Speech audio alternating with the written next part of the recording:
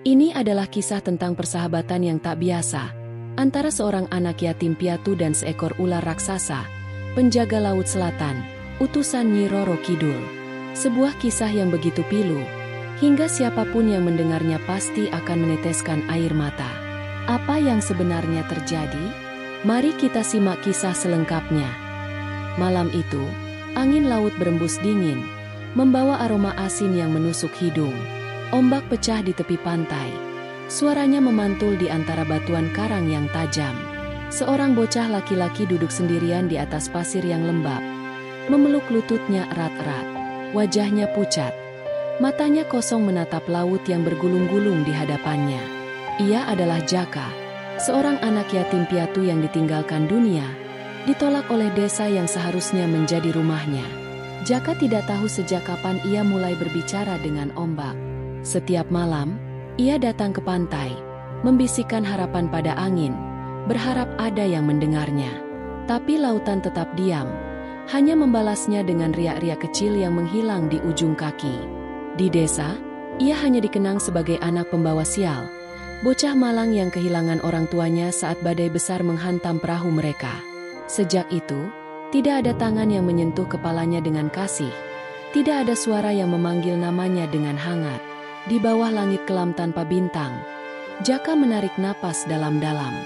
Ia menggigit bibirnya, menahan isakan yang sudah terlalu lama tertahan. Sendiri, selalu sendiri. Namun, malam ini berbeda. Di antara suara ombak, ada sesuatu yang lain. Sebuah suara, halus, berbisik, seakan memanggil namanya dari dalam gelapnya laut. Jaka terdiam, tubuhnya menegang. Angin berembus lebih kencang, membuat bulu kuduknya meremang. Ia menoleh, matanya membelalak. Dari balik ombak yang bergulung, muncul sesosok makhluk besar, melingkar di permukaan air dengan mata emas yang berkilauan di bawah sinar bulan. Seekor ular raksasa, dan ia sedang menatapnya. Jaka terpaku di tempatnya, dadanya naik turun dengan napas yang memburu. Sementara matanya tak berkedip menatap makhluk besar yang muncul dari dalam lautan. Tubuh ular itu melingkar di atas permukaan air. Sisiknya berkilauan seperti batu giok yang memantulkan cahaya bulan. Ombak yang tadinya gaduh kini seakan menenangkan diri, seolah tunduk pada kehadiran makhluk ini. Mata keemasan itu menatapnya tajam, bukan dengan ancaman, tetapi dengan sesuatu yang lebih dalam, seolah membaca luka-luka yang tertanam di hati Jaka. Jaka. Sebuah suara menggema di udara, bukan sekadar bisikan, melainkan panggilan yang masuk jauh ke dalam sanubarinya. Jaka terlonjak, mundur dengan kaki gemetar. Ia ingin berlari, ingin melarikan diri, tetapi tubuhnya seperti membatu. Ular itu perlahan bergerak mendekat. Air laut bergulung mengikuti pergerakannya, tetapi anehnya, tidak ada ketakutan yang menyelusup ke dalam diri Jaka.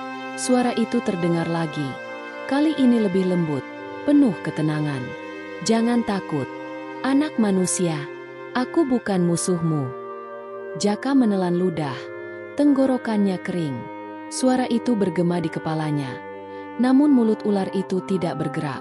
Ia berbicara, bukan dengan kata-kata, tetapi langsung ke dalam pikirannya. Siapa? Siapa kau? Suara Jaka bergetar, nyaris tak terdengar. Aku Lautara, makhluk itu menjawab. Sang naga laut selatan, utusan Nyi Roro Kidul. Aku telah mengamatimu, anak yang kesepian, ditinggalkan, namun masih bertahan. Aku datang bukan untuk melukaimu, tetapi untuk menawarimu sesuatu yang lebih berharga. Jaka terdiam, mencoba memahami kata-kata yang barusan ia dengar. Apa maksudmu? Tanyanya dengan ragu. Ular itu mengangkat kepalanya lebih tinggi. Tubuhnya yang besar berkilauan di bawah sinar rembulan. Suaranya kini lebih tenang, lebih dalam. Persahabatan.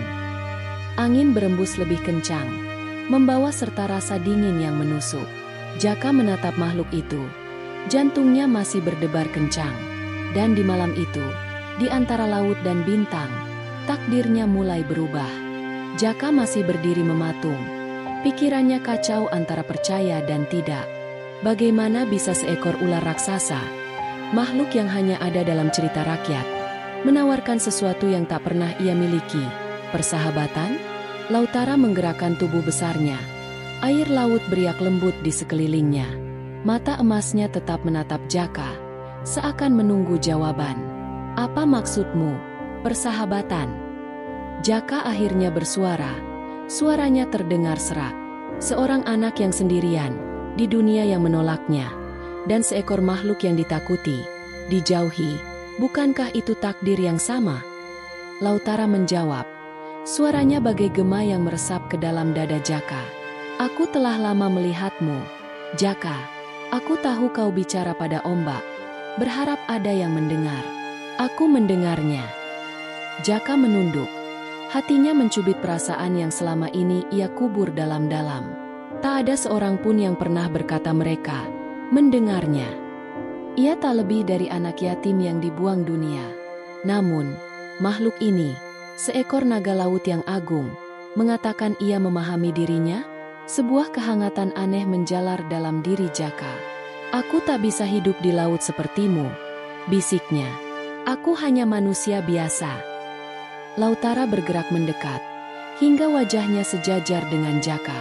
Nafasnya terasa hangat meski berasal dari air laut. Aku tidak meminta kau menjadi sepertiku, Jaka. Lautara berkata lembut. Aku hanya meminta kau menjadi dirimu sendiri, dan membiarkan aku berjalan di sisimu. Jaka menelan ludah. Tubuhnya masih gemetar, tetapi ada sesuatu yang lebih kuat dari ketakutannya. Selama ini ia selalu sendiri, tidak punya tempat untuk kembali, tidak ada yang peduli. Tapi kini, ada seseorang, atau sesuatu, yang menginginkan keberadaannya. Jaka mengulurkan tangannya, ragu-ragu. Jemari kecilnya hampir menyentuh sisik hijau kebiruan Lautara. Begitu jari-jarinya menyentuh permukaannya, sensasi hangat menjalar seketika, seperti ombak yang menyapu pantai dengan lembut. Lautara menutup matanya sesaat, seakan mengakui perjanjian yang baru saja terjalin. Mulai malam itu, takdir seorang anak manusia dan sang naga laut saling terjalin. Dan di antara ombak dan langit, persahabatan abadi mulai terukir. Hari-hari berlalu, dan persahabatan antara Jaka dan Lautara semakin erat. Setiap malam, mereka bertemu di tepi pantai, berbicara dalam bahasa yang hanya mereka berdua pahami. Lautara mengajarkan Jaka membaca tanda-tanda laut, arah angin, gelombang yang membawa pesan, dan bintang-bintang yang menjadi pemandu. Jaka pun mulai merasa bahwa ia tidak sendirian lagi, bahwa ada satu makhluk di dunia ini yang benar-benar peduli padanya. Namun, tidak semua orang akan menerima sesuatu yang tak mereka pahami. Di desa, bisikan-bisikan mulai menyebar. Penduduk mulai memperhatikan bahwa Jaka sering menghilang saat malam tiba. Beberapa nelayan yang pulang terlambat bersumpah bahwa mereka melihat bayangan besar di perairan dekat pantai. Sesuatu yang bergerak dalam gelap dengan mata emas menyala. Anak itu pembawa kutukan, bisik salah seorang lelaki tua di desa. Sejak orang tuanya mati, ada sesuatu yang tidak beres dengannya. Mungkin dia bersekutu dengan makhluk gaib, tambah yang lain. Kita harus waspada. Jangan sampai desa kita terkena bencana. Dalam sekejap, rasa curiga berubah menjadi ketakutan. Rasa takut itu membesar, berubah menjadi amarah yang mencari pelampiasan.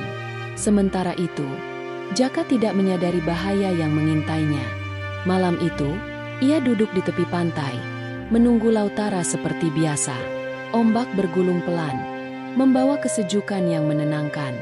Tidak ada suara selain gemuruh lautan dan desir angin yang berembus pelan. Tiba-tiba, Lautara muncul dari dalam air. Tubuhnya bersinar di bawah cahaya bulan. Namun, kali ini ada sesuatu yang berbeda. Mata Lautara tampak gelisah. Kau harus berhati-hati, Jaka. Suaranya bergema di udara. Aku mendengar suara-suara manusia yang berisi ketakutan dan kebencian. Mereka mencarimu. Jaka mengernyit. Tidak mengerti. Mereka tidak tahu tentang kita, katanya.